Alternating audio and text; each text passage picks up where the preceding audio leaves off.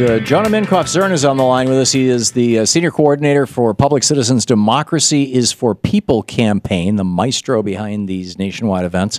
democracyisforpeople.org is the website. Jonah, welcome to the program. Thanks for having me, Tom. Am I correct in assuming that you are asserting, when you say democracy is for people, that when the Supreme Court discovered that the 14th Amendment was passed in part to free the corporations after the Civil War, not just the slaves, that the Supreme Court was in error and that needs to be rectified?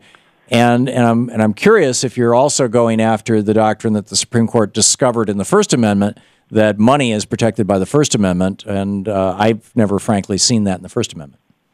Yeah, that's right. We don't think constitutional rights were created for corporations. We don't think that money or campaign spending is a form of speech, and we think that there needs to be a constitutional amendment to clarify that, so that Supreme Courts in the future don't have the power to enforce things such as unlimited corporate contributions in our elections upon us, or even unlimited billionaire contributions.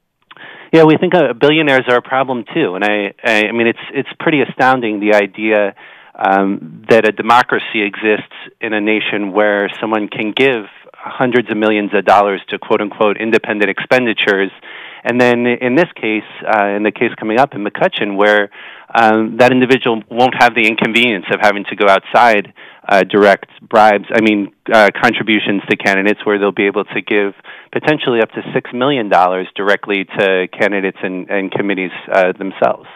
What do you think of this assertion?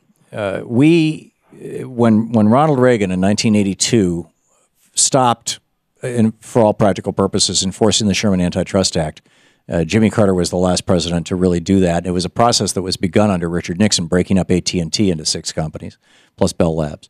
And Reagan just stopped enforcing that act, and the result was this explosion. They called it the M&A mania back in the early 80s, when Michael Milken and all these guys, these M&A artists and these LBO artists, and now the modern incarnation of that is Mitt Romney. But what we saw was, the media of the United States being owned by thousands of individuals and companies. Now, 80–90% of our media is owned by 6 corporations. The agriculture business of the United States was owned by thousands of companies and individuals, tens of thousands.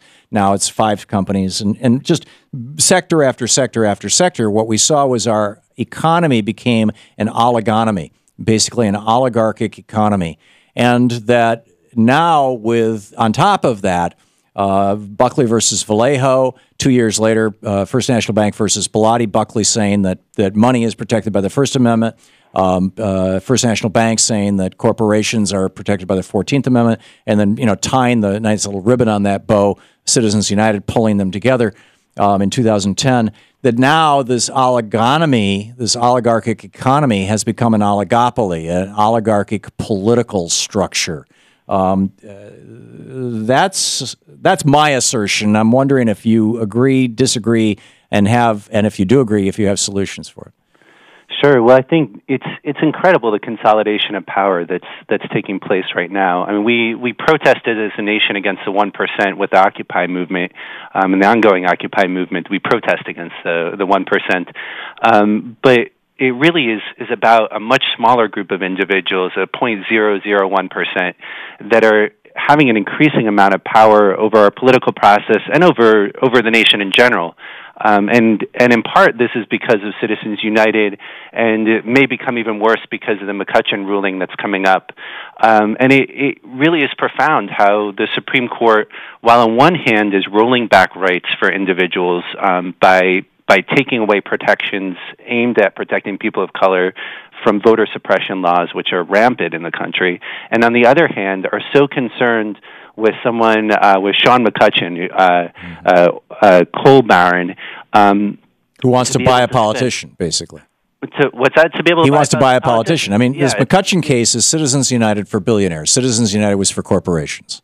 Right, exactly. So these guys, Sean McCutcheon and these other small group of people, they're not satisfied with being able to spend $123,000 an election. They want to be able to spend what the court could allow up to $6 million. to buy their politicians. And Tom, I give maybe $20 or $40 when I'm feeling generous to politicians that I support. And I don't imagine most people in the country whose average or median income is $52,000 really have $123,000 to give, much less $6 million. Yeah, and that's median household income. Median individual income is between $25,000 and $30,000. Right, so, that's right. And so we're in a case where the Supreme Court is looking out for these very, very small group of individuals against the interest of the broader public. And you're right. We can look at this and we can feel depressed and we can feel angry, but really we have to mobilize and take action. And so Citizens for the website is democracyisforpeople.org. What's yours? If people go over there, what do they get? Well, so Public Citizen, we're organizing with our Democracy is for People campaign for a constitutional amendment that says that corporations don't have constitutional rights, or our specific amendment says for-profit corporations, and that money is not speech. Why not strip not-for-profit corporations of rights too? I mean, one of the largest ones in the country right now is run by Karl Rove. I mean, that's a long dialogue, and I'd love to focus more on the organizing we're doing around McCutcheon.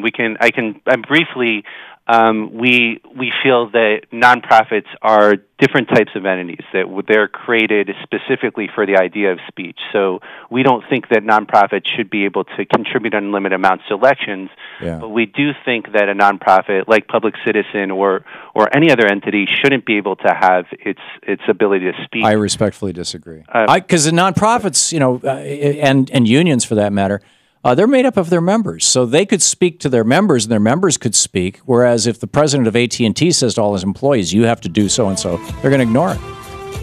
Sure, that's true. But on the other hand, the court could say, "Look," or not the court, the government could say, "Public Citizen, you can't print this in your newsletter if those rights weren't protected," or it could say, "NAACP, you have to hand over your members' information. You don't have that right to privacy." So it's concerning. There are a whole series of... Hang on, Jonah. You're listening to the Thom Hartmann Program. Call 866-987-THOM. Sorry, Jonah, it's a hard break. Jonah Minkoff-Zern, he's with Public Citizens, Democracy is for People, democracyisforpeople.org. Thank you, sir.